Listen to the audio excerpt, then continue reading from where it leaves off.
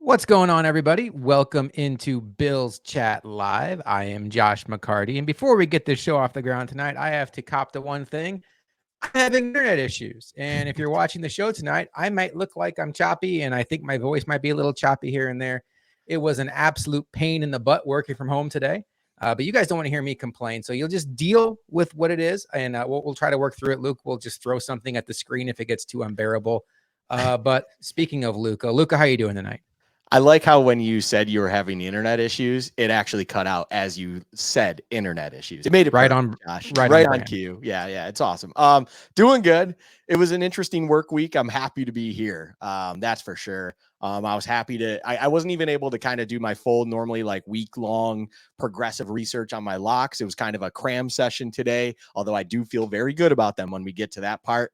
But it's I'm glad we're here because now we can talk about something that's very, very entertaining. And man, Roy, that's a shot. My hair is fabulous. All right, let's not take a shot at my hair. At least Luka has hair. There we go. Cuts out on cue. So I'm just poking fun all night about it, Josh. So I'm doing good. I'm glad we got a great game to talk about and stuff like that. And then we have a show leading into what hopefully will be a phenomenal weekend. Let's set the agenda for Luka. We're obviously going to be diving into this Bills-Dolphins matchup, a huge Bills-Dolphins matchup, the biggest one in recent memory. I want to ask you how big of a game this is. We obviously got some news today regarding a couple of big name players on both sides with the same initials, by the way, that won't be playing in this game. And I want to talk about the impact on what that will be for both teams. You and I will be making our game predictions. I have some thoughts on what the Bills can do to try to slow down right now what is looking like a historical Miami Dolphins offense. And then we obviously have Luka's locks, which is his best bet for the NFL weekend. But Luka, before we get into the nitty gritty of this game, let's just talk about surface level. How big of a game is this, considering the fact that the Bills and the Dolphins really historically in our lifetimes have never both been this good at the same time? When it comes to the rivalry, this feels like one of the biggest in the rivalry that it's been for a long time. It's definitely that feel to me in my lifetime. I'll just put it because I never got to experience really Kelly versus Marino. I was too young to kind of conceptualize that era, of course, if I was even born. Um, so to me, when it comes to the rivalry, isolated, Thurman Thomas infamously. I mean, he just said, and it's kind of gone around where he goes, "It's Miami week," and he said it bold to his buddy Steve Tasker on One Bills Live. It's definitely got its hype right now. But in the context of the NFL landscape and the regular season for the Bills and Dolphins, yes, it's a divisional game. Yes, it's an early test for both. Yes, it has divisional implications where if you're the Dolphins, for instance, you have a chance to go up 2.5 games on the next best team in your own division if you come out of this game with a win. But overall, it's still early enough in the season where I wouldn't, if I were McDermott or McDaniel, if I was a coach in this game, I wouldn't be like acting as if it's a quote unquote Super Bowl. I get people wanting to win, and you absolutely do want to win this game, but there is still so much football to be played. There's so much that can happen in the context of the entire season that I wouldn't want to kind of get sucked into the emotion of this one week and put it's such an emotional high on this stuff where if you do come out of this with a loss, especially on the Bills end, I mean, that could completely tank a season because you just put so much emotional weight into it that you don't know how to recover after such a demoralizing loss. If you can get out of this with the result that you get and still move on with your life at the end of the day, that could hopefully lead to more success. Where, as I just said, there is still a lot of football to be played. This is only the end of the quarter mark, kind of the regular season. A ton to be done, a ton to be had. The Dolphins have a lot of football to be played, and so do the Bills. So it's a big game in the context of the rivalry. It has its implications that make sense with the division, but at the end of the day, it is not kind of the regular season Super Bowl that it seems like some of the national media, local media, or just fans are putting it up to be at this point in time. Anthony Nance in here, Miami Dolphins fans. Anthony, we appreciate you hanging out with us. We are certainly friendly to all fans, and that is a cute kid you have in your photo, by the way. Again, for those that are just hopping in, I apologize if it's choppy on my end, working through some internet issues. Luca will pick up the slack where he can. But, I think it's kind of a two-part question. Yes, it's a big game because all off season long it has been, can the teams in the AFC East catch the Bills? And unfortunately, 4 plays into one of those teams' season, it seems like the answer is no, despite the fact that they did technically beat the Bills in a football game week 1. The Jets are not going to catch the Bills with Zach Wilson playing quarterback. And it does come down to the Dolphins. They have been super hot to start the season. And the thing about the Miami Dolphins, Luca, is it's never been a question about top end talent or roster depth. It really has been a question about how healthy can they be, because a lot of their key players, Jalen Ramsey right now, Howard, their cornerback, who dealt with 2 injured groins last season, Bradley Chubb, who has had multiple issues staying on the field dating back to Denver, Jalen Phillips, who really up until this point in the NFL hasn't had the issues, but in college, his career was littered with concussion history. Teron Armstead, one of the best left tackles in the sport, just seems like he has 3 or 4 injuries every given week on the injury report. This is a team that, if they're fully formed, can punch with anybody, and that's really what the Bills are getting this week. So I think we have to be careful to, one, not lose sight of the fact that this is a week 4 game. It's going to be the first week of October. And as Bills fans, we don't have to think back too far to look at examples of the last 2 regular seasons. Our Buffalo Bills went to Arrowhead, beat the Chiefs. Both of those games at the time felt like tone-setting wins for the entire season. The season plays out. The Bills are not only a lower seed than the Chiefs going into the playoffs, but the Chiefs end up making it further in the playoffs than the Bills. So I think we have to keep the context in mind of, yes, it feels huge, but win or lose on Sunday, it still is just chapter 4 of a 17-chapter regular season. And there's going to be so much that happens after this game that determines the fate of both of these teams. And so much about these teams is what kind of form are they in come January. Yes, we want bragging rights now. Yes, we won't see them again until week 18. I get all that. But I want to warn everybody, try not to jump into the trap of making absolute statements, win or lose after this game, Luca.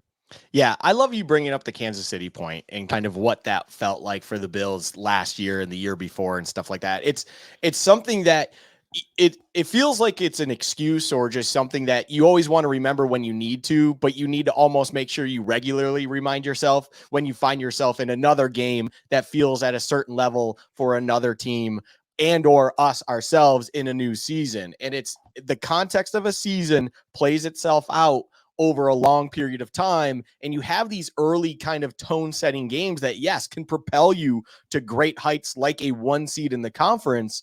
But at the same time, you still have to get the job done through the next 3 quarters of the season. And that's a lot of football to be played. There's a lot of time for injuries to unfortunately stack up, a lot of time for anything else that could possibly happen. I mean, the Bills, of course, learned that the very, very hard way last season themselves, where things even outside of your normal injury circumstances just seemingly stacked up against them. And it made it more and more difficult as the weeks went and gone. So it's just one of those things where you need to have a healthy reminder yourself, not kind of talk yourself into, oh, this game doesn't matter. Of course it matters. Like I just said, if Miami wins, they essentially have a 2.5 game lead on the Bills at that point in time with a win. And then you're not seeing them until week 18 when stuff could already be done and dusted at that point in time. That in mind, it's still not everything. And it's just one of those things you have to constantly just have that in the back of your mind and just fully understand that this is week 4. This is not week 16. There is so much to be played. And the Bills have been on the positive side of those kinds of wins early on in the season. And it just hasn't worked out in the way that we thought they did. I mean, you can listen to a podcast, Josh, that you and I recorded after that Kansas City game last year, where we literally, if you play it back, I mean, I would say I thought 60% of the chance we were going to be the 1 seed, and you were probably 55% thinking we were going to be the 1 seed. And boy, did that season not progress the way we thought it would at that point in time. That's just kind of what happens with an NFL season, and it is what it is. It's not to take anything against this game. It's not to take anything against the Dolphins and not treat them seriously. You absolutely need to be hyped up for this game because it's the best game of the weekend, to be quite honest. But it is still just one game. It is early in the season, and there's a lot going on. Let's talk about this Dolphins offense because they are electric. I think they have one of, if not the best play caller in the sport. That's how highly I think of Mike McDaniel. There was some stats put out from Next Gen Stats last season when you look at things like scheming open, wide open receivers. It was an article I read on trying to take the quarterback out of the equation and still evaluating how good the offensive coordinator is. Mike McDaniel ranked at or near the top in every metric they tracked. Ken Dorsey was very good in that, by the way. I think he gets kind of a bad rap in this area because he's not Kyle Shanahan. He's not Sean McVay. Ken Dorsey is a very good play caller, but Tua is electric. When he's healthy, he is a handful. I think he's finally starting to enter that conversation of, okay, Patrick Mahomes is here. The next tier are guys like Josh Allen, Joe Burrow, Jalen Hurts, and is Tua in that tier now, or is he approaching that tier? I think that's the conversation we're having. And then Luka, that offense, it's speed for days. Tyreek Hill, Waddle. They have the rookie back A-Chain who came in last week and exploded on the scene against the Broncos. And then we all know how good Raheem Mostert is and what they are doing schematically with the pre-snap motion, getting guys like Hill and Waddle full speed at the snap of the ball is just making it so tricky for defenses to counter what they're doing that I don't know that there is a great solution for what to do. I do have some ideas for what, one, I expect the Bills to do to counter this offense, and two, maybe ways you can find a way to slow it down. But coming off of a week where they put 70 points up, we are certainly going to give them their flowers. Just surface level, Luka, how scary is this offense? I mean, it's terrifying. Like I want anyone listening to this right now to understand even something as small as literally kind of A-Chan.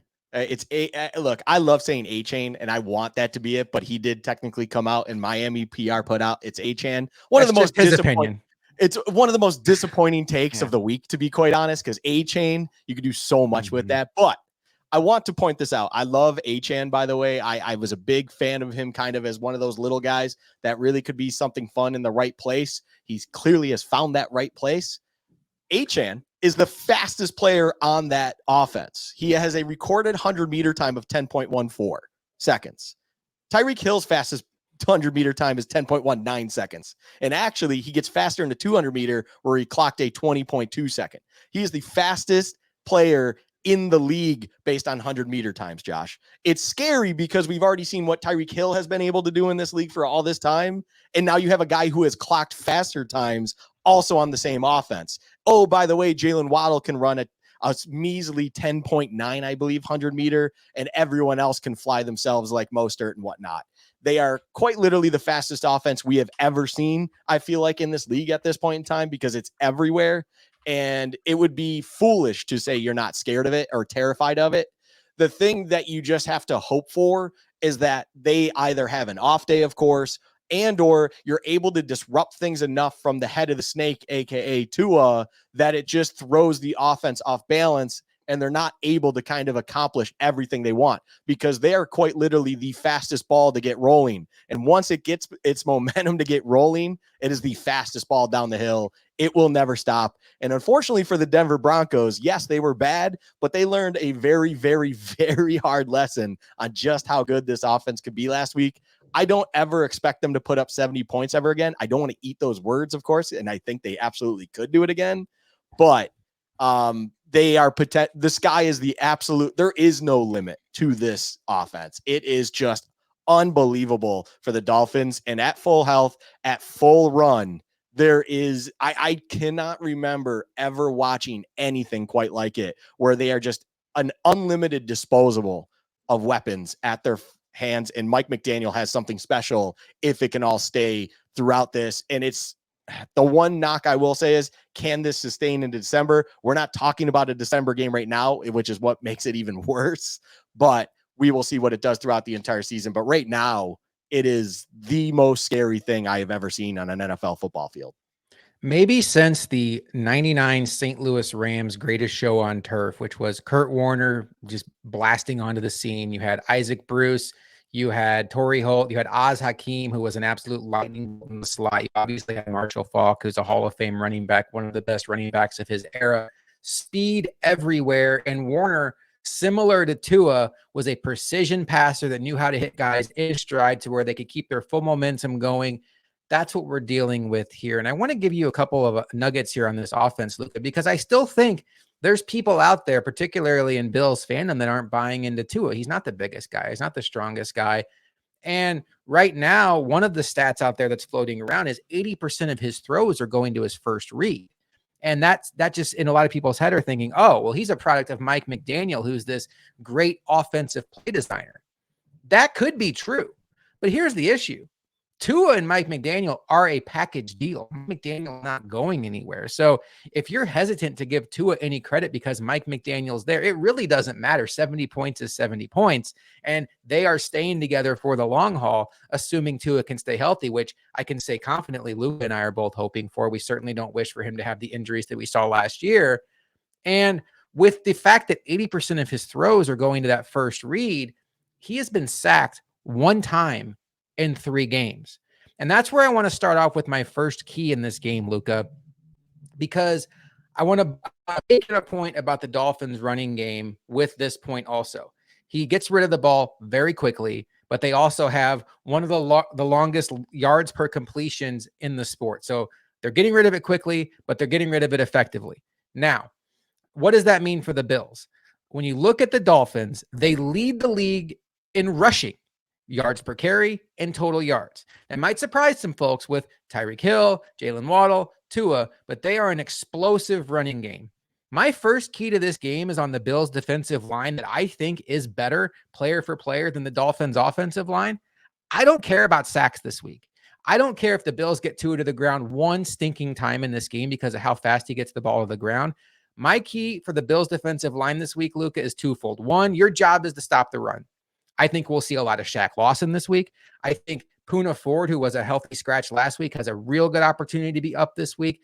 I think the defensive line has to stay in their lanes, stay in their gaps, and they are the first line of defense against the run, because what you don't want against an offense that gets the ball out like this is having guys like Gregory Rousseau, AJ Epinesa, and Leonard Floyd so focused on getting into the backfield, they abandon their run lanes. And someone like Raheem Mostert, who's faster than anybody on the Bills defense, takes what should have been a 2-yard loss and turns it into a 70-yard gain. If you can take away or at least slow down their running lanes with your front four, easier said than done, then you have your back 7 who can focus on the passing lanes. The next thing I'll say, Luka, before I kick it over to you is, again, don't care about pass rush. Get your hands up. Tua, for all the compliments, is a smaller guy, and the Bills have a lot of length on their defensive line. I want to see hands up if you're not just blowing past your guy at the snap of the whistle, hands up. Confuse him, get him off of his first read any way you can. So for me, defensive line success this, Luka, has absolutely nothing to do with success with sacks, and it's all about the things I just mentioned: hands up and stopping the run. Well, it's funny you bring up this point, like it's kind of it might be shocking to some. What immediately my mind goes to, and I really didn't know you were going to bring this up until right before we were going live, to be quite honest, just to be transparent with everyone. And it's funny because as soon as you started talking through it, one thing just popped in my mind, Josh, was the template and kind of the formula of what you're describing was already something we watched go down in 60 minutes last December against Miami. And early on, there seemed to be this lack of understanding and focus on stopping the run, and they were shredding, absolutely gashing up the Bills defense left and right, primarily to their right, our left, a lot. And they were running at will. They were going up. It was honestly borderline embarrassing and uncomfortable to watch as a Bills fan, where you just felt like you were never going to get a key stop. You were never going to be able to make things happen. And it all of a sudden it kind of clicked where they really overemphasized focusing on the run D, making sure that they could no longer do something like that, which also has been kind of the key to their success this season. They have ran it more than any other team other than, I think there's one team out there that's run it more per average. But regardless, they've ran it over 30 times a game this season compared to last year where they only ran it, I believe, 21 times a game or something like that. It's a noticeable gap where there is a commitment to this, and they clearly find success by establishing that, making sure that run game can actually tick. And then Tua can read everything comfortably and hit that first read all the time. And when your first read is even Tyreek Hill, who's not running the route that he needs to be and hitting you for 55 yards and a touchdown, something that literally happened last week against Denver. If you haven't seen that video, it's quite hilarious. Tyreek did not run the route he was supposed to.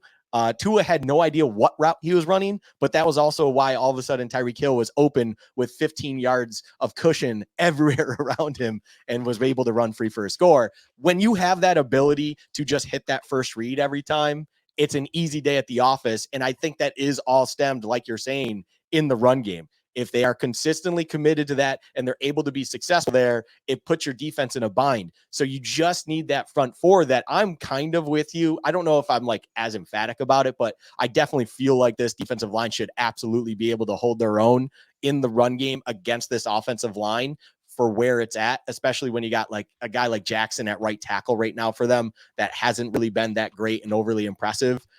If you're able to kind of have your best run defender on top of it over him and then just contain and make sure you're hitting your run fits exactly where you need to be, and you have linebackers like Milano and Bernard, of course, who are hitting their stride, you could find a lot of success holding up that run and then just disrupting Tua enough where he's not able to hit that first read 80% of the times, where he's not comfortable seeing what he actually is seeing. And then that 70 point, that 35 points that you think they should be able to get turns into a hard-earned 24, 27 points. And the Bills hopefully can be able to keep up with that kind of offensive production because, I mean, the Bills are not going to put up 70 points. I mean, I would love to think that, but it's not going to happen. But I also believe that this defense, as you're saying, if they focus on the run, should be able to contain them enough to make things happen and kind of limit the big plays on the ground as well in the air by focusing on that and letting the coverage do their job in those pass fits. Mike Lackey on Facebook saying, what's going on, guys? What's up, Mike? What's going on? Anthony and Roy and Jay, we see you all in chat. We appreciate you all hanging out. Even if you're someone like Anthony who's rooting for Miami, we appreciate that. Yeah, I think stopping the run, that was one thing that really stood out last season in the December matchup, Luka, was Mike McDaniel seemed to abandon the run for no good reason, and it shut down a couple of drives. And that's where I want to go with point number 2. And this is going to be one that I feel like can be used every week in an NFL game.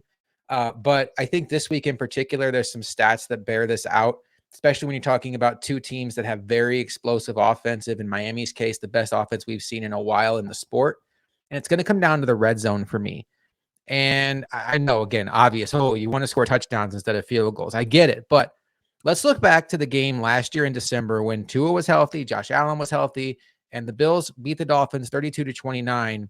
The difference in that game really was the fact that Miami only scored 1 touchdown in 3 trips to the red zone. You remember Trent Sherfield dropped the ball in the end zone. There were several times when it felt like Mike McDaniel abandoned the run when he could have just punched it in. And the Bills ended up winning that game by 3 points. Well, that was a one-off game, but let's dive into some stats that might actually tell the story a little bit closer.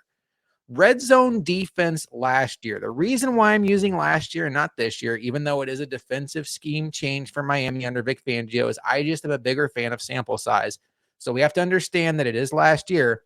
The Bills were the second best red zone defense last year in the entire sport, only giving up touchdowns on 45% of the trips. Miami, on the other hand, was the 24th best, so 9th worst in the sport. 60% of the trips on defense resulted in touchdowns. Looking at the other side of the ball, which is probably even more telling, the Bills and Dolphins, for as great as their offenses were last year, were on the bottom end of the top 10 in red zone touchdown percentage. The Bills were at 9, 60% of their drives resulted in touchdowns. The Dolphins were right below the Bills at 10, 59.26 drives resulted in touchdowns. I say that because this is one of those games where I think whether you're Mike McDaniel or you're Sean McDermott, you push the envelope. 4th and 3, 4th and 4. We know Jason Sanders and Tyler Bass are excellent field goal kickers. Stay on the sidelines, guys. 3 doesn't really help us out in this game. Push the envelope. Go for 4th down. We have explosive offenses. I think that's going to be the case. And if one of these teams, Luka, in the first half starts kicking field goals in the red zone, I want all of you to keep that in the back of your mind that this is a very bad thing for that team, despite the fact that they're piling up points. Yeah, this is a push the envelope game. It's one where you need to be aggressive. You have to absolutely kind of keep your foot on the gas as much as you can. And as long as it's fourth and manageable, if it's your 4th and 3 or shorter, you need to continue to trust in your offense to continue to move the ball and hopefully get it in that last 10 yards, also known as the end zone. Really funny face that your face just froze on. Sorry. Oh, is it frozen right now? It was pretty. Sorry. I'm glad I'm entertaining you over here in this Froze had a really good time. awful situation. Anyways, so yeah, you need to. This is a foot on the gas kind of game, and it's one of those games too, by the way, that you hope your punter never comes out. You, like you're saying, short chip shot field goals should not be occurring, hopefully, and like it's one of those games in betting terms, by the way, Josh, that I love the over because when your offenses are continuing to be on the field, yes, you think that's points, but even if they don't convert on 4th down, it's not a field position game anymore. There might be short field opportunities for either side, and I think that will be this game. If you're anywhere near midfield with a 4th and short, if you're, of course, as soon as you cross the 50, you should probably be going for everything possible because you know every point is so valuable, but not in the context of field goals, in the context of touchdowns. You need to be able to get those big chunk points that you get with a touchdown because you know the other side, no matter which side you're on as a fan, the other side can put up points at will if needed or do whatever's needed because you have Superman and Josh Allen on one side, and then you have the fastest team in the history of the NFL on the other.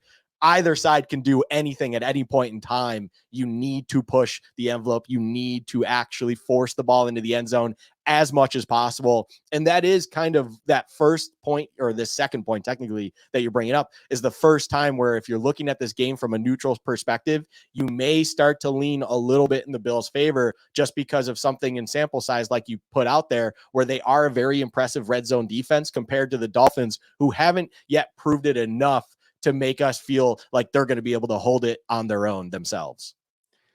Let's talk about the Bills offense, because all offseason the theme was, we know Allen's excellent, we know Diggs is excellent, but what else do you got after those two? Because last year they had a pretty average traditional running game. A lot of their running yards were inflated by Josh Allen runs. And after Stephon Diggs, it was a hodgepodge of, okay, Gabe Davis can get deep. Some weeks he has 110 yards on 3 catches. Some weeks he goes 1 catch for 13. And, Dawson Knox was there as a red zone weapon, but not a consistent weapon. And after that, it was just Isaiah McKenzie, John Brown, wherever they fit in, a little Khalil Shakir here, a little Cole Beasley there, but nothing that scares you. We're only 3 games into this season, Luka, but I will tell you, looking at the stat sheet, it does feel a lot like last year. And that includes Dalton Kincaid, who a lot of us had high hopes for. He only has 11 receptions and 12 targets, and they're all short targets. He is averaging 6.5 yards per catch, 72 yards on the season. The one caveat to everything I'm saying is the Bills are getting a lot more explosive traditional runs out of their offense this year with James Cook. He is having an excellent season, among the league leaders in rushing, averaging 6.1 yards per carry, 267 yards in 3 games. But Luka, is it enough? And do you expect this is the week that either A, we see Dalton Kincaid explode onto the scene, or B, one of these guys that we've seen have big games in spurts, Dawson Knox, Gabe Davis, maybe it's a random Deontay Hardy game. I think they're going to need somebody other than Diggs to keep pace with the Dolphins. I don't know if I'm going to go into the camp of Dalton Kincaid, only because I do feel like the Dolphins have a defense that actually is capable of keeping with that big wide receiver, in Dalton Kincaid and a Dawson Knox. I think they have a defense that fits well for it.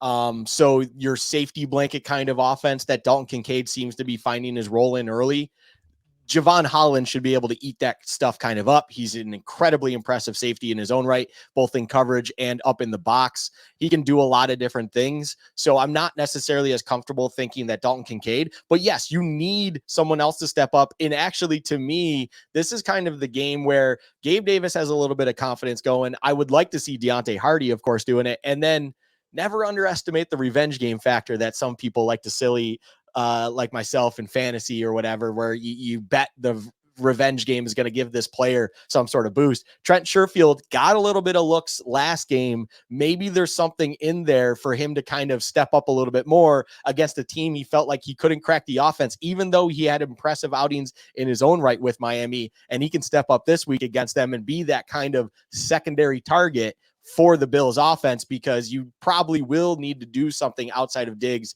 being that the Dolphins defense, you would think, are going to do a pretty decent job in kind of bracketing and trying their best to eliminate. So you need to go elsewhere. Like I said, I don't know about Kincaid as much, but I could definitely see an individual like Trent Sherfield, Gabe Davis, other receiver options really stepping up to the plate and making things happen in their own right.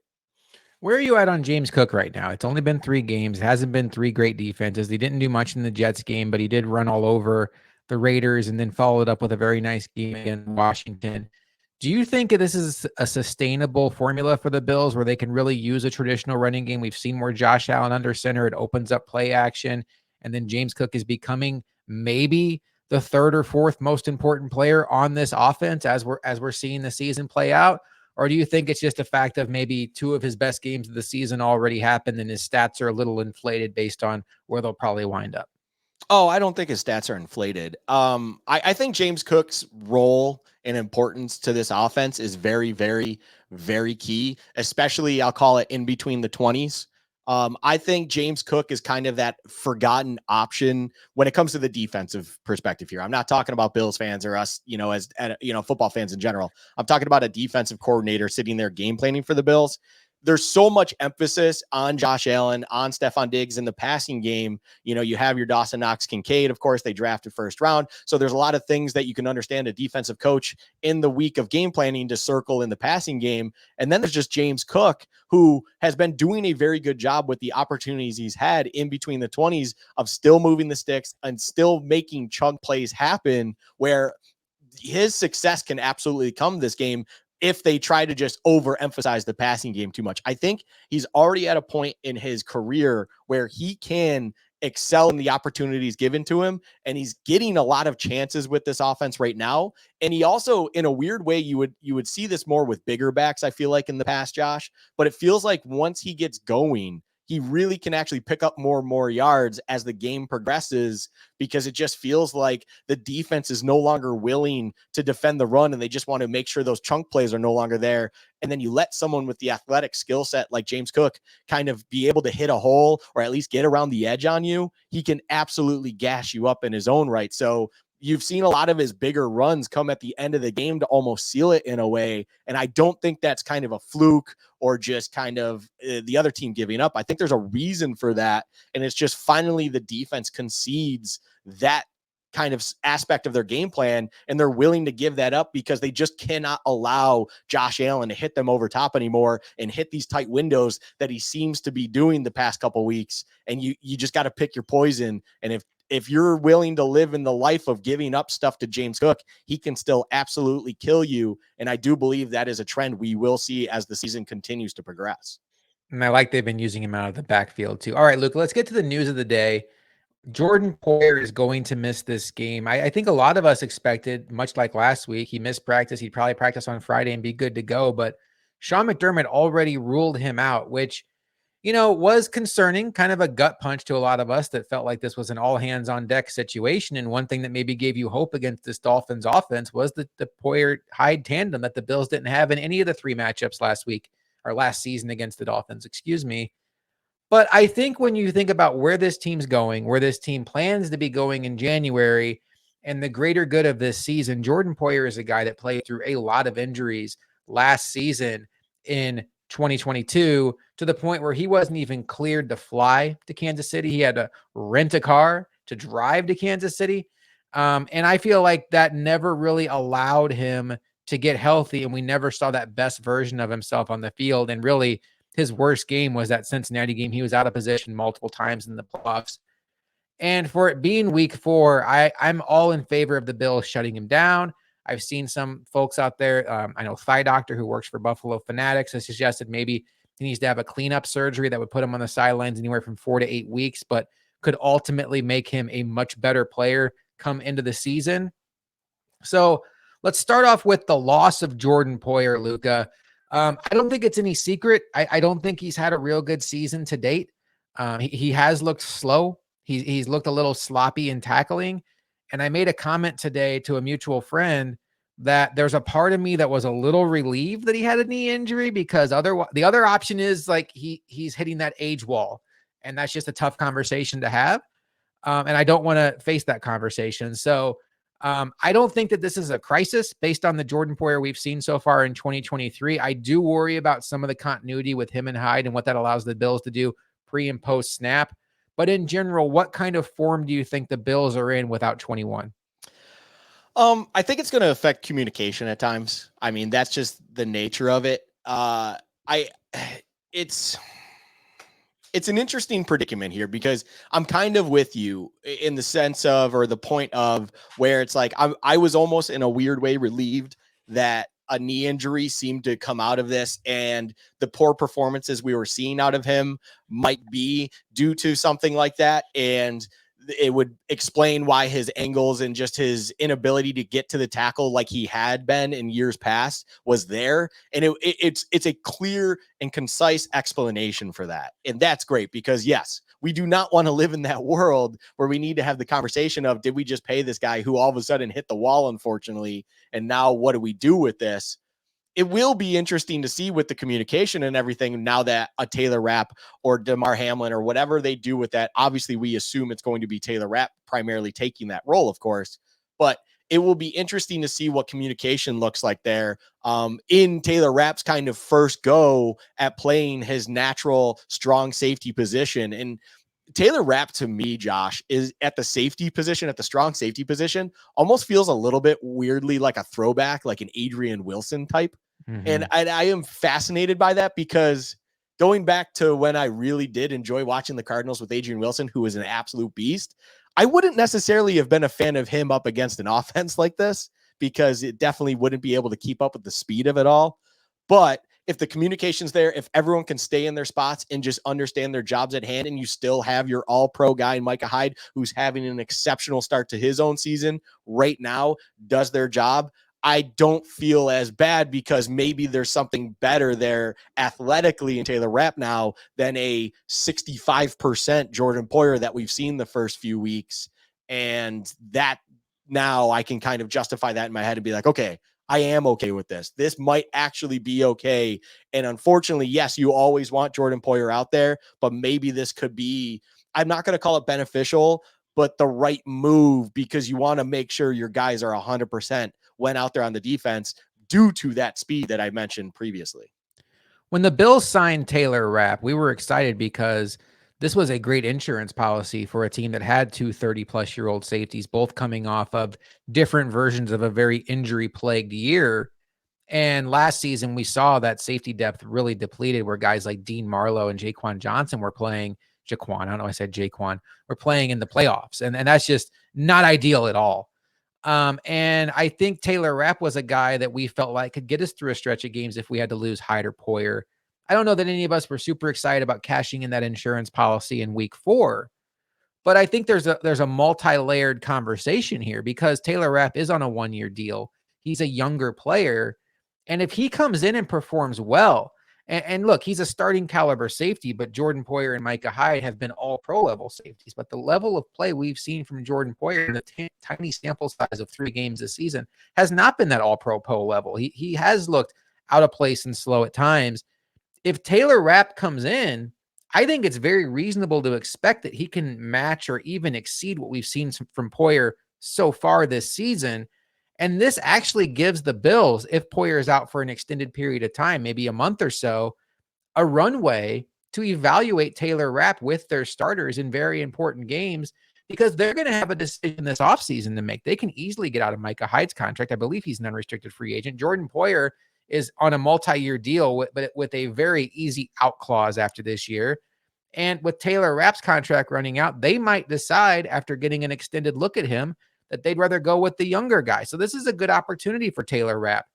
The other thing, and this is where the concerning piece of it comes in, is I feel like one thing the Bills could do that a lot of teams can't do is post-snap confusion. Hyde and Poyer have played together so much that even if they're not the best versions of themselves, which Hyde is right now playing excellent football, Poyer, not as much.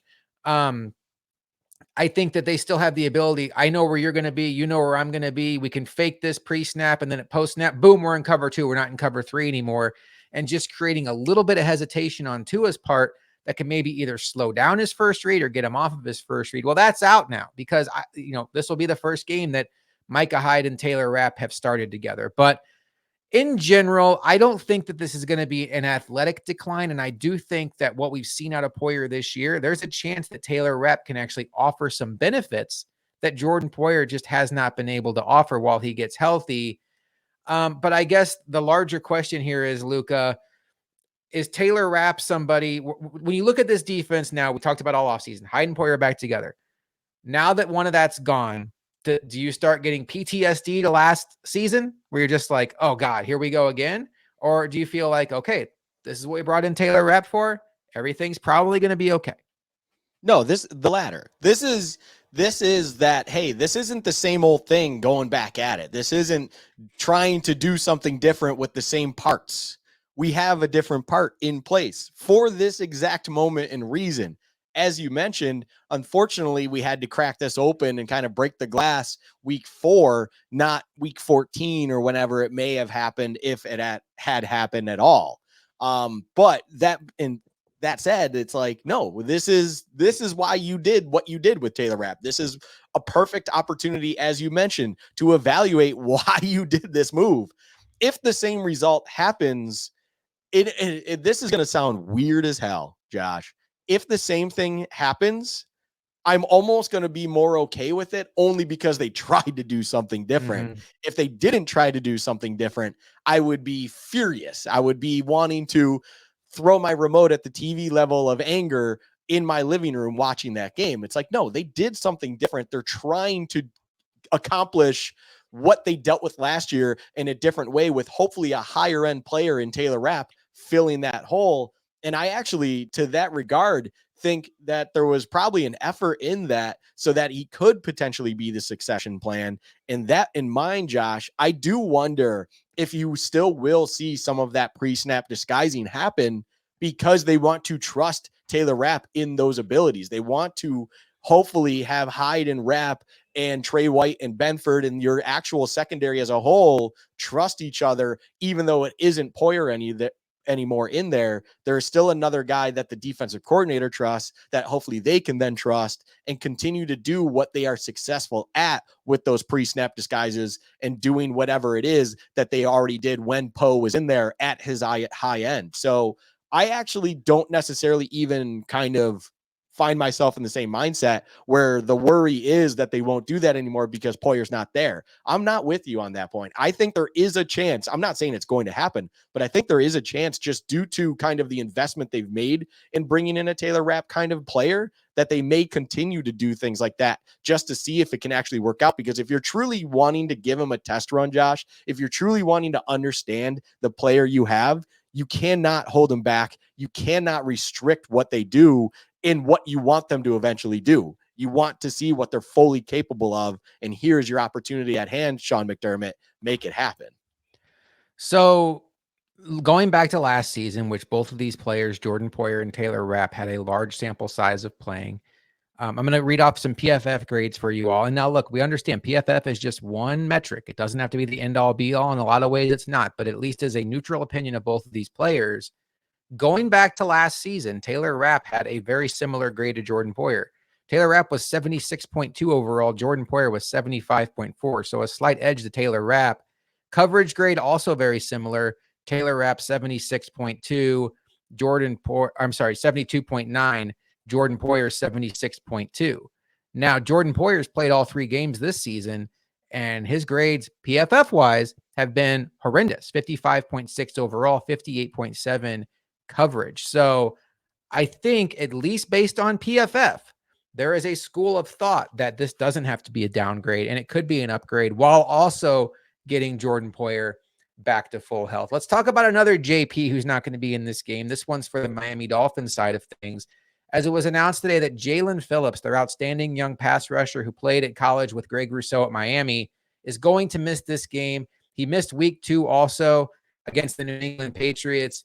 He is a very high-end player. I feel like every time the Bills play the Dolphins, he pops to me on almost every single snap. Even if he doesn't make a play, you just get obsessed watching his athletic ability, his length. He just has such a good feel for the game. And, he's a guy that really struggled with concussions in college. But this is really the first time in the NFL he's had trouble staying on the field. What do you think about the loss of Jalen Phillips, Luka? Because I will tell you, leading into this matchup, thinking about where I was really concerned, I started thinking about, okay, the Bills' offensive line has been better. They struggled week 1 mightily. They did well against Max Crosby. I thought they passed the test last week against Washington, who just did not impress. But man, you start talking about Christian Wilkins, Bradley Chubb, Jalen Phillips. This is a different handful against a team that's probably going to get close to 30 points, maybe more, and the offense has to be really good for the Bills. I was getting nervous. Now Phillips is out. That is huge because I do not think Bradley Chubb is a great player. I think he's a pretty good player. Christian Wilkins is a lot better than that. But to me, that's a very impactful loss. To me, that's probably right up there with the Bills missing Von Miller, with what I think Von Miller is at this stage of his career. That's how highly I think of Phillips, and maybe Von Miller not being at his peak at this point. What do you think about the loss of Jalen Phillips?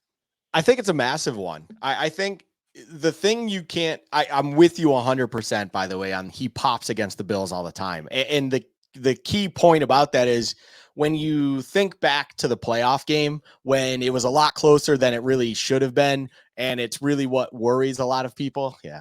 What's up, Kyle? Jalen Phillips was kind of that guy who really started flipping the game on its own head when it comes to the Miami defense taking over the Bills offense. He had 9 total tackle involvements. He had half a sack, although I believe and if I remember, he was the one that basically created that sack opportunity in its own right, where him and Elijah Campbell ended up meeting at the quarterback together, and had 2 other tackles for loss as well. He was single-handedly starting to destroy that game and really take over with him, and then Wilkins, of course, inside doing a little bit of the dirty work himself. So Jalen Phillips really is a handful for the Bills offensive line last year, and has been since he's been a Dolphin. And for him to be out, I believe I even saw it here, your Spencer Browns are going to be very, very happy that he's not there, because I'm with you. I think there is a drop off between him and Bradley Chubb. And Van Ginkel, who has apparently had a very good start to a season. I know he's popped and he's made some plays. I cannot believe to see that he was the 8th ranked edge defender on PFF currently right now. Now, I don't know what the sample size is with that. Obviously, we're just going to say in the past 3 games, it's still a very impressive start, but Van Ginkel is not Jalen Phillips. Like, he's just not. And it will be interesting to see him now step up opposite of Chubb to see what they can do in the pass rush, as well as defend the edge with the run game, because the Bills have shown not only obviously is the pass game very important, but they actually do have an edge run game with the, as I keep calling it, the Bruce Arians halfback delay, which is seemingly taking the NFL by storm again, because I've seen it in numerous other games as well. This whole I don't even know what the way sprint out the halfback delay, I guess is what you'd call it, because essentially it's the quarterback sprinting to the edge to then go to the running back for them to just be able to choose the edge or inside tackle lane, whatever is there on the delay run. That is very important for your edge defenders to be there for those moments. And the Bills have done it at least 2 to 3 times every week. So that is obviously a staple that the Bills like to run in the offense. You have the pass game in its own right, and your best edge defender in our eyes, Jalen Phillips, is not there for those moments. So that is a big, big thing for them. And now your Christian Wilkins, your Bradley Chubb, and your Van Ginkels are going to have to really step up. Wilkins will do his own thing. I'm very confident in that. Wilkins versus Torrance, Josh, is going to be one that I have my eyes on very closely. That will be a true first big test, and someone that's been in the pain in the butt for the Bills now coming up against a new guy on our offensive line to see how he handles that. And then, we talk about it. No more Jalen Phillips. So hopefully Spencer Brown can handle Van Ginkel himself. You mentioned Jalen Phillips is a handful.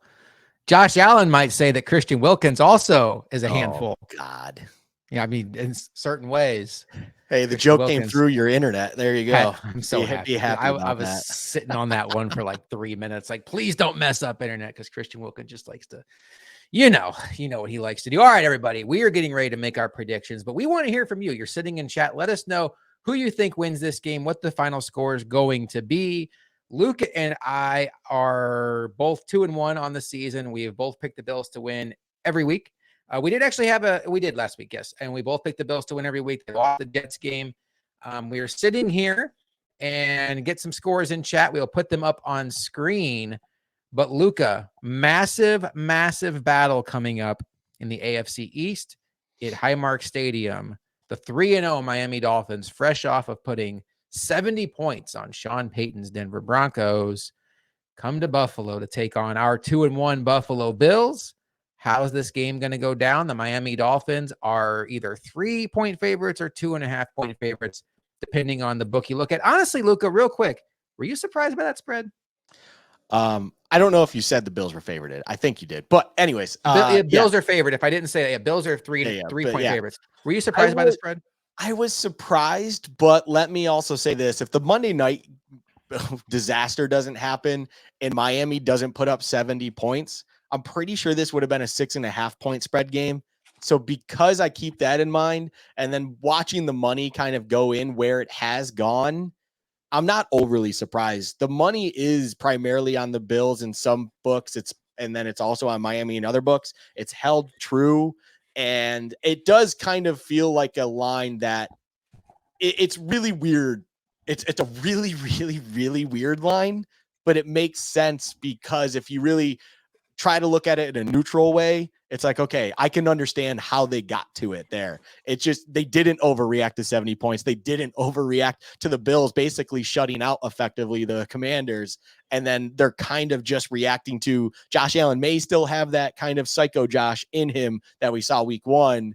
And there's another test coming up here after having a couple, we'll call them cupcakes of the NFL on his dock in between there. So three feels right. Three feels like the line to me for the Bills to be favorited. All right. How do you see it going down? So it's funny, every week we do this, Josh. I actually make sure I open up the notes I made, the nice, beautiful detailed notes of our season prediction podcast, where I actually wrote things down like it basically was a news article. Just because I don't know why I do that. It's not like it is shown to anyone. But the funniest part is the two notes I had was the Dolphins early in the season can absolutely go punch for punch on anyone and take the top off of them. And I could absolutely see them coming into this full momentum. Well, that sure came true. And then the other note I had is the defensive line has a history of absolutely blowing the Bills up and taking over games, even if the Bills go up early, and helps the Dolphins find their way getting back into the game. Jalen Phillips note. And that is an interesting one. I wrote down Jalen Phillips as kind of the key guy to watch out for when I was thinking about this game back in August. And it's almost skewed my decision to basically reverse the scoreline that I had written down. And I had gone with Miami to win that game, by the way, in our prediction show, 31-28. I like the Bills to win this game 33-30. I think it's just going to be that way. I think it's going to be a very close game. It could be, of course, with that amount of points, last team with the ball wins kind of deal. But overall, I think the Jalen Phillips loss is a massive one that I think some are maybe overlooking a little bit. And he really is kind of that game wrecker when it comes to playing against the Bills. And that could be the overwhelmingly highlighted thing that they're missing when it comes to the Bills, and maybe allows Josh Allen to make one or two more splash plays than he's had in the past and get them over the line. And I will say, I'm not exactly comfortable at it. It's far from a lock for me. I am not betting this game whatsoever, Josh. But yeah, I'm going to say Bills will win this game 33-30, and it will be an absolute gem if you're a football fan. Carl checked in. Dolphins do not score more than 2 touchdowns. Bills win 31-10. Carl, if that happens, if the Bills hold the Dolphins at 10 points, I'm going to find you. I'm going to DM you, and you're going to come on our post-game show, and you're going to tell us what else you know, because that would be an impressive call, my friend. I do not see it happening that way, but I certainly hope it does. All right. Well, you mentioned our preseason prediction podcast. We both picked the Dolphins to win this game, and we went down the schedule. And I'm just thinking about that. And I'm thinking about, okay, what has happened this year that would change my mind either way? Obviously, we have 3 weeks of data on both of these teams, but has Miami or Buffalo done anything to skew either way? You mentioned the Jalen Phillips injury. There's also been a Jordan Poyer injury. Other than that, both teams are basically the teams we expected. We knew Jalen Ramsey would be out. We knew Von Miller would be out. I think Tua has probably performed better than most of us even thought he would.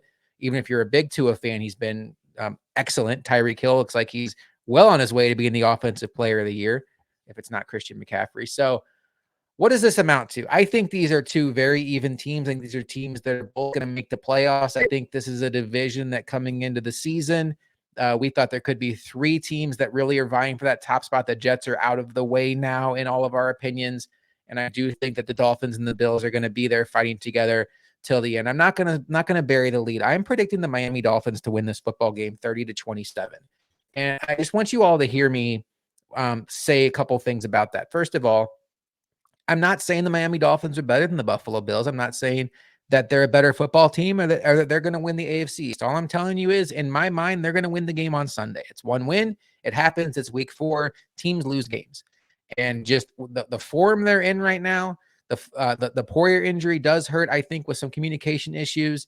I think it's going to be a close game. I think it's going to be a hard-fought game. But I just right now, I think the Dolphins are really riding at their ceiling. I still think that the Bills have some work to clean up. I think last week's game against Washington at the end of the day looked like a fantastic blowout. But when you look under the hood, it was only 16-0 after the third quarter, and then they piled on late.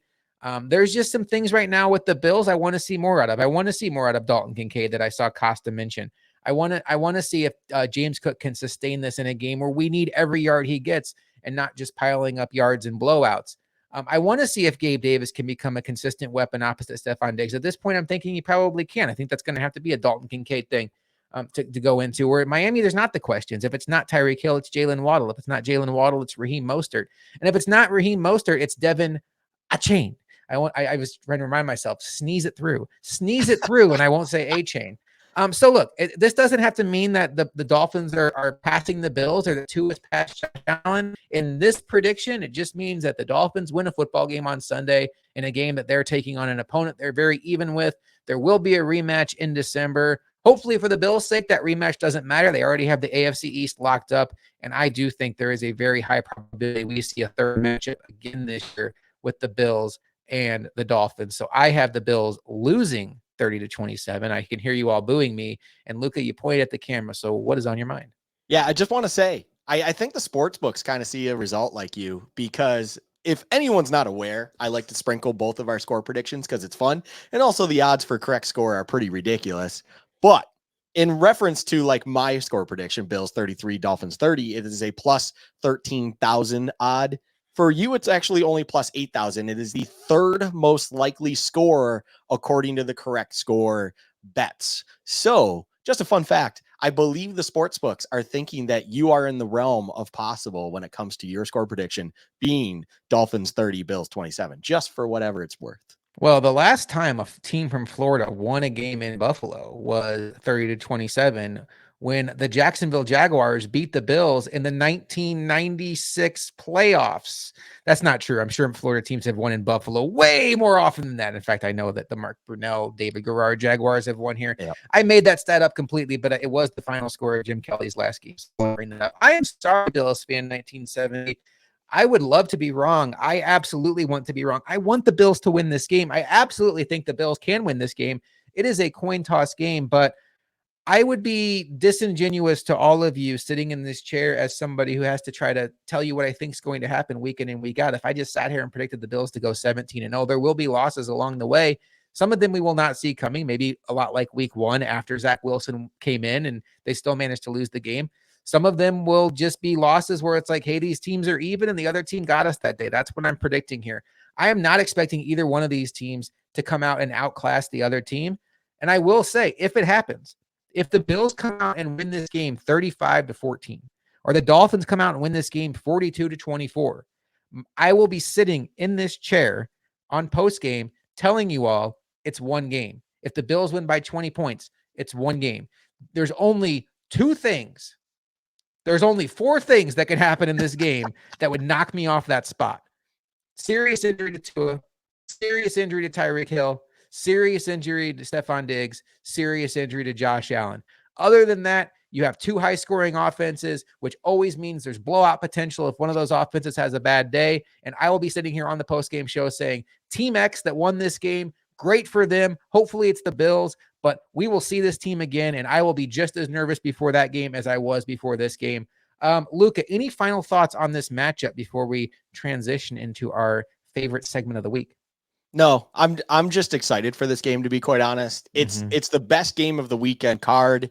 There is a reason for that, and I believe it will live up to the billing. If I take my Bills fandom hat off, I cannot wait. It makes me feel so good and also so upset that this game is at 1:00 because it feels like it can just be our thing where not everyone, unless they have multiple TV sets and or Sunday ticket or live in the area, can enjoy. But also it probably should have been a Sunday night game and not actually what was there. Although that being said, if Aaron Rodgers doesn't go down 4 plays in, Kansas City at New York with Aaron Rodgers, imagine Aaron Rodgers on the field and then Taylor Swift up in the stands. Boy, would that obviously make sense for Sunday Night Football. It sounds like Aaron Rodgers still might be in the stadium if you haven't heard those rumors. But overall, yeah, this is the best game of the weekend by far, and I just cannot wait to enjoy it as a football fan in general. Maybe in the spirit of trying to impress Taylor Swift, Aaron Rodgers will look at his injury and he'll shake it off. Oh, my God. Shake it off. Nope, not happening on the podcast. And of course, the internet doesn't cut out there when I start singing Taylor Swift, because God forbid the internet gods protect me from myself. Luka, have you seen the CBS broadcast map? I don't mean this week, but in general, where it just shows you like, okay, well, the majority of the country is getting Bills Dolphins, but like here in the left corner, you're going to see in Denver, like Colorado, they're getting the Broncos game. You've seen that map before, right? Yes. This week, it was hilarious because there was an uncomfortable portion of the country getting Broncos and Bears instead of Bills Dolphins, and not where you'd predict it, like Illinois and Colorado that you can live with, but like a big chunk of Montana. Like imagine being a football fan in Montana that's just gearing up to watch Bills Dolphins or even Ravens Browns. Don't hate it. And you turn on your screen and you're like, what? The 0-3 Bears against the 0-3 Broncos. Do either of these teams have a touchdown this year? Just, I'm so glad that I don't have to worry about that. Phil Green predicting the Bills win 70-17. NFL Sunday Ticket is a fantastic thing, and I'm glad I don't have to be at the mercy of what the CBS gods have, particularly living in St. Louis, where I'd be getting nothing but Bears, Titans, and Chiefs games. All right, Luka. Speaking of other teams, hey, he says as a fun transition. Let's talk about your locks, because it was a tough week for you last week. We, after a very strong week in week 2, you went perfect in week 2, if memory serves. Oh, why am I even trying to guess? You've thought ahead. The record's on the screen. You're 5-4 on the season. And let's not look forward. Let's not look back. Let's look forward. Luka's locks coming up this week, and we're going to get into it right now. And Luka, for your week 4 locks, your first lock takes us to an AFC North showdown between the Cleveland Browns and the Baltimore Ravens. There was some news out today that Deshaun Watson may miss that game, but I saw some Cleveland beat reporters shot that down pretty quickly, saying he should be good to go. Looked like Deshaun Watson really found his footing last week after a couple of early season struggles. Looked like maybe the Deshaun Watson of old. The Ravens had a couple impressive victories earlier, had that stinker last week against the Colts. They have a very uncomfortably large injury report right now. Where's your head at with this matchup? Yeah, just fun fact, we did have that perfect 2-0 week. And then last week, thank you one final time to the Packers for coming back from a 17-point deficit and actually doing the right thing by going for 2 when you should be going for 2 if you like to win, to hit the 2 unit, to keep us at positive units. And we roll into week 4, hopefully doing better than 1 and 2 after that abysmal Titans plus 3.5 and Broncos plus 6.5. Never bet in the Broncos again. Anyways, we are on to week 4. We are on to the matchup that you brought up here, Ravens at Browns. And this game I had been keeping tabs on the whole week, and it was interesting because I believe it was 3 points for a large portion of it. And then all of a sudden, the Deshaun Watson situation, I believe, skewed the public and also just Vegas in general to make it more in line. And you have a wide variety of spreads out there, by the way, Josh, on this one. You can go as far as 2.5 and as down as 1 even for this game. depending where you're going. The two primary books that I like to do here are DraftKings and FanDuel. FanDuel has it at 1.5 at minus 110 for each side. And then DraftKings is one even for minus 110 each side. Obviously, depending on which way you are skewing here, you want to find the best odds for you. But Deshaun Watson was questionable for a little bit, but it seems that that got shot down immediately. And it looks like everyone else that was on their injury report is good to go. It's the quite opposite, unfortunately, for the Ravens. You have massive individuals that are going to be out. You have Ronnie Stanley, their left tackle, who is listed as doubtful. You can basically assume that he's going to be out. You have two linebackers that are very important to them, Oea and Ojabo. Hopefully I didn't butcher those. They are out. You have Marlon Humphrey, who is out. You have Odell and Rashad Bateman, who are out. You have another couple questionable guys in Kyle Hamilton, Justice Hill, Tyler Linderbaum, although Tyler Linderbaum is trending towards playing for whatever it's worth. And then Marcus Williams, their free safety, is also questionable, although he is trending to be playing. But it's a long list of injuries. And I like what you brought up there as well in kind of introducing this game. Cleveland is playing the best they have so far. And they, to me, with Myles Garrett, who is my guy, I have a ticket, I have a slip that is for him to be Defensive Player of the Year, playing exceptional ball right now. And I think this defense is humming. I think the Ravens are not clicking on all cylinders on offense and being without their left tackle against a Defensive Player of the Year type of guy, although they move Myles Garrett all over the place. Quite literally pre-snap, he will cause a false start if you tail him with two tight ends. Thanks for that, Titans. And then it's everything to me is trending to Cleveland. All of a sudden, the line moved in favor of Cleveland a little bit late because of Deshaun Watson news. So I'm taking the Browns -1 at home against the Ravens. Obviously, I mentioned the line disparity, so that asterisk next to FanDuel is because it is -1.5. I am putting -1 because I will be betting this on DraftKings to get my best odds for that. But overall, I'd like Cleveland to cover that point. I would like them to cover 1.5 if it was 1.5 across the board. I think this is the kind of game that, being at home against Baltimore, who's not on all cylinders and has a lot of injury concerns, they should be able to take care of business and get the job done against a divisional foe and keep it a rolling after a very impressive performance last week against the Titans at home. All right, so your first bet of the week is Cleveland Browns -1 against the Baltimore Ravens. We're going to keep it in the AFC North as the Pittsburgh Steelers travel to Houston to take on the check them out Houston Texans, who went down to Jacksonville and blew out the Jaguars last week. CJ Stroud looks like he might be the real deal, which, as somebody who sat in this chair and tried to evaluate the draft, makes me feel good about things I said on draft night about CJ Stroud being the best quarterback in this draft. The Steelers have a young quarterback of their own, Kenny Pickett. Up and down season so far, probably mostly down based on what things look like in the preseason. Steelers are 3-point favorites on the road. So at least for 1 week, Vegas is not willing to give the Texans the benefit of the doubt. Maybe Vegas is telling you that that win over Jacksonville, not as sustainable, maybe a little bit flukier. What does this 3-point spread mean to you, and who are you siding with in this matchup, Luka? So I actually, in a weird way, think this line is kind of Vegas reacting to the Texans' blowout win against the Jags. And why I'll say that is the Texans did have a very impressive win against the Jags, but I feel like that's them just overlooking the fact or the dominance that is the Pittsburgh defense. And maybe they're just kind of still sitting there thinking about the 49ers game from week 1. But that is an absolute outlier if you really look at it. That is the best team in the NFL on week 1, coming to Pittsburgh and just taking care of business when they just were not ready clearly for that. And this is then, ever since then, they played Cleveland, who I just said has been rolling a little bit of late, but they got 2 defensive scores against them. And then, of course, had a dominating performance for the most part in Vegas on Sunday night last week. I love Pittsburgh's D, and I feel like it's disrespectful that they're only 3-point favorites at Houston because Houston's defense is not a world beater by any stretch.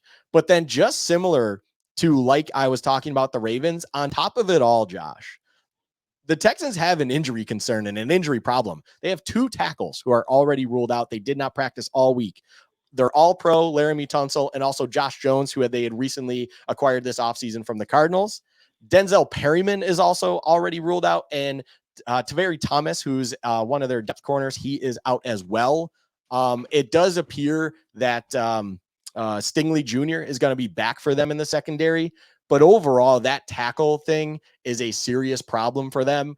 And I could see some serious issues with Texans and kind of a fall from grace. If you're the Steelers, the thing you should be happiest about most is that the Texans are very happy and comfortable right now after a very impressive win they had against the Jags.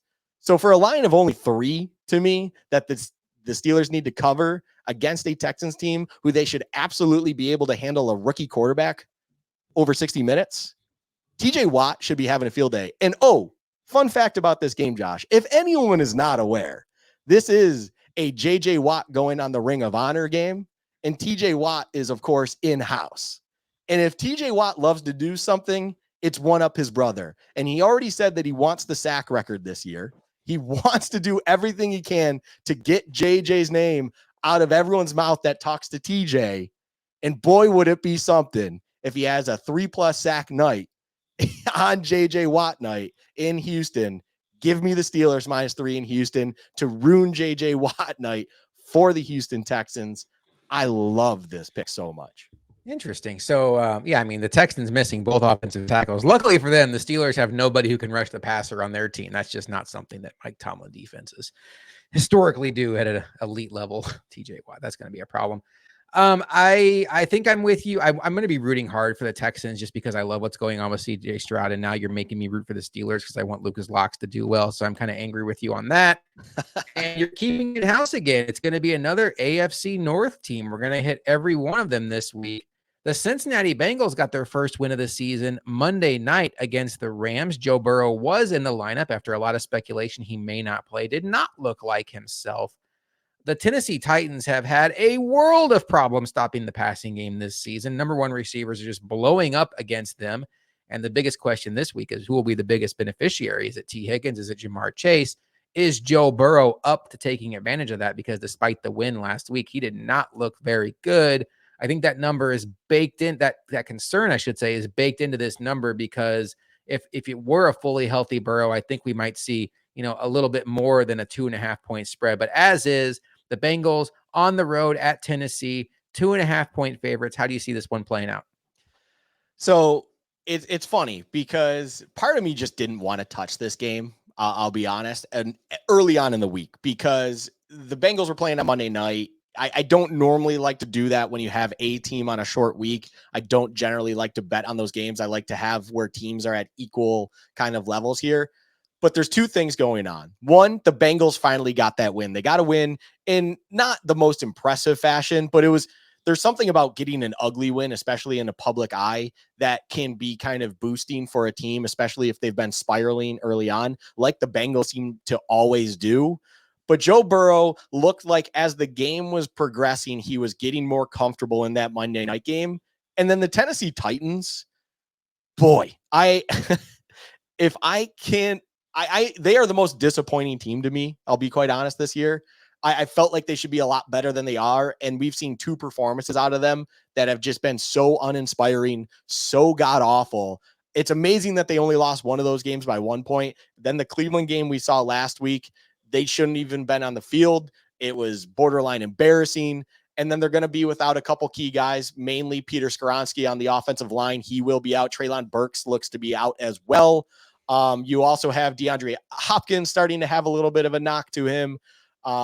There's a lot of stuff going against the Titans in this game, and the Bengals are starting to trend upwards. They're starting to get healthy. Everything's looking good for them. And look, history likes to repeat itself. The Bengals, as I mentioned, start slow. They start 0-2 a lot. And then all of a sudden they figure it out because Joe Burrow finally had his 2 preseason games being weeks 1 and 2. And then they start getting moving. The Titans' strength is the rush D. I don't think that really matters when it comes to the Bengals. They are a suspect pass D. Give me the Bengals -2.5. It is my play of the week. I love the Bengals to get back to 2-2 here against a Titans team that is struggling at this point in time and not really having a lot going on for them. It sucks because I really thought I do think highly of their coaching staff. I do think that they're the kind of team that can stay in games, and I don't like betting against them, especially when they're dogs. But 2.5 is not enough for me. I think the Bengals can absolutely win a field goal game. So give me 2.5 points absolutely for the Bengals to cover with the Titans, even though it's even in Tennessee. You know, it's funny. Ryan Tannehill, the last few years, has always been one of those quarterbacks I think are kind of like Kirk Cousins, where maybe he doesn't get credit for being as good as he is. I think he's been very successful. Man, he looks like a shell of himself this year. It feels like that wall just smacked him in the face. And quite honestly, it looks like the wall may have smacked Derrick Henry too. He does not look like the same explosive running back. They are going to have a tough time moving the ball on this Bengals defense that I think is a very, very good defense. So I'm with you on that 2.5. So to recap Luka's locks, we have the Browns -1 at home against the Baltimore Ravens. We have the Steelers on the road -3 against the Houston Texans, and the Cincinnati Bengals -2.5 on the road against the Tennessee Titans. And that will do it for this week's edition of Luka's locks. There we All go. right, Luka. Well, I do want to think there was something I just thought about with this Bills Dolphins game that popped into my head. And it just popped out of my head. And I hate when that happens because it was a point I wanted to make. It must not be that important, though. Any final thoughts on Bills Dolphins? Any matchups this week out that we haven't touched on that you're looking forward to? Anything NFL related you want to get into while I do the spin cycle in my brain, try to remember what I was thinking about? Oh, there are 2 winless games going on this weekend that I will be keeping a close eye on because I love watching the bad get worse. Denver, Chicago, we joked about it earlier. Cannot wait to watch that one. And then you got Minnesota, Carolina. Cannot wait to watch that one either. Fun games this week for multiple of reasons. Of course, the high being the Dolphins Bills in my mind. The 1:00 slate, Josh, this week has the most entertaining games a 1:00 slate has had so far. Cannot wait. It's going to be fun. But with the Bills Dolphins, I just cannot emphasize it enough. It's going to be a great game of football, Josh. It's going to be so much fun. And if you are a general football fan, it is main screen worthy, even over the god awful NFL version of Red Zone, Josh, that Oh, we it's so continue bad. to beat the drum on. It is, they need to fix it. They need to take whatever the producers did for the DirecTV version for all these years and just be like, yeah, do that again. Like, just keep doing that because whatever this is awful. And then I will say, I am also tuning in to the Toy Story version of the London game, Josh, with the Falcons and the Jags. They're doing a Toy Story version of it. Very intrigued by this. It will be on a TV in my house. Cannot wait to enjoy that while I'm eating my breakfast and getting the house ready for all my guests that come over every football Sunday. You mentioned the London game. And next week, that will be our reality as the Bills, win or lose, are traveling to London to take on these Jacksonville Jaguars at 9:30 in the morning on Sunday. That'll be fun. I just did think of my point. Costa had brought up Vic Fangio in chat, and I want to just say for folks that maybe aren't as clued into what that means, last year, the Dolphins defensive coordinator was Josh Boyer, and boy, was he one of the most blitz-happy defensive coordinators in the sport. That is not what the Dolphins do anymore. Vic Fangio is very much I'm going to rely on my front four to get pressure. I'm going to keep it in front of me. So I do think that's one of those things that when you're expecting this track meet, we do have 2 defenses out there that historically like to make you earn it with long drives. Now, the Dolphins don't seem to care about that. They go down 3 or 4 plays regardless of what you're trying to do. But I do think that's worth keeping an eye on, that both of these defenses pride themselves in making you win death by paper cuts versus explosive plays. And maybe that's something, if you're looking at the over in this game, you might think it's going to be on the under. All right, Luka, we do have to talk about next week's show because I will not be here. I am taking my daughter to WWE Friday Night SmackDown. John Cena's in town. I have no idea what's going on in wrestling these days. My daughter plays the video game. She wanted to go. I'm excited to go. Luka, I believe we will have a show. It just is a matter of who's going to be sitting opposite you. Yes, we will have a show. It will be live. It will not be a pre-recorded like we did for the Commanders. Tentatively right now, it is our guy Stokes that will be with me, although we need to await confirmation. He is, of course, a little occupied at this moment in time, and we're giving him his space and time in his own right. So just waiting to confirm that and everything of that regard. But we will be live next week. We will be talking preview when it comes to Bills in London at Tottenham Hotspur Stadium. By the way, Tottenham versus Liverpool this weekend. Got that one on the dock. Oh, we care, Josh. In this household, we care. But the Bills will be in that stadium next week. They will be playing the Jaguars, and that will be most likely myself and Stokes talking about that game, which will be the second best game. No, I'm just kidding. No, I won't even go that far. But it will be a fun game to talk about on Bills Chat Live next week, even though you will be enjoying wrestling with your daughter. I will be enjoying wrestling with my daughter. Hopefully, we're talking about the 3-1 Bills in London getting ready to take on the Jaguars and beat the Jaguars. Either way, win or lose this week, Luka and I will be back for the post-game show. Bills Chat will hit everywhere you can find your podcast bright and early Monday morning to get all of our thoughts. I will be going live at halftime on every Built-in Buffalo social media platform.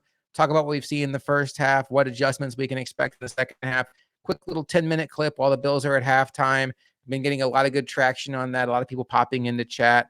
And then over on our Bills Chat YouTube channel, I'll do a quick hits recap of the game as soon as it goes final. 10 minutes that kind of sets the table for what Luke and I will be talking about on the larger podcast coming up on Monday morning.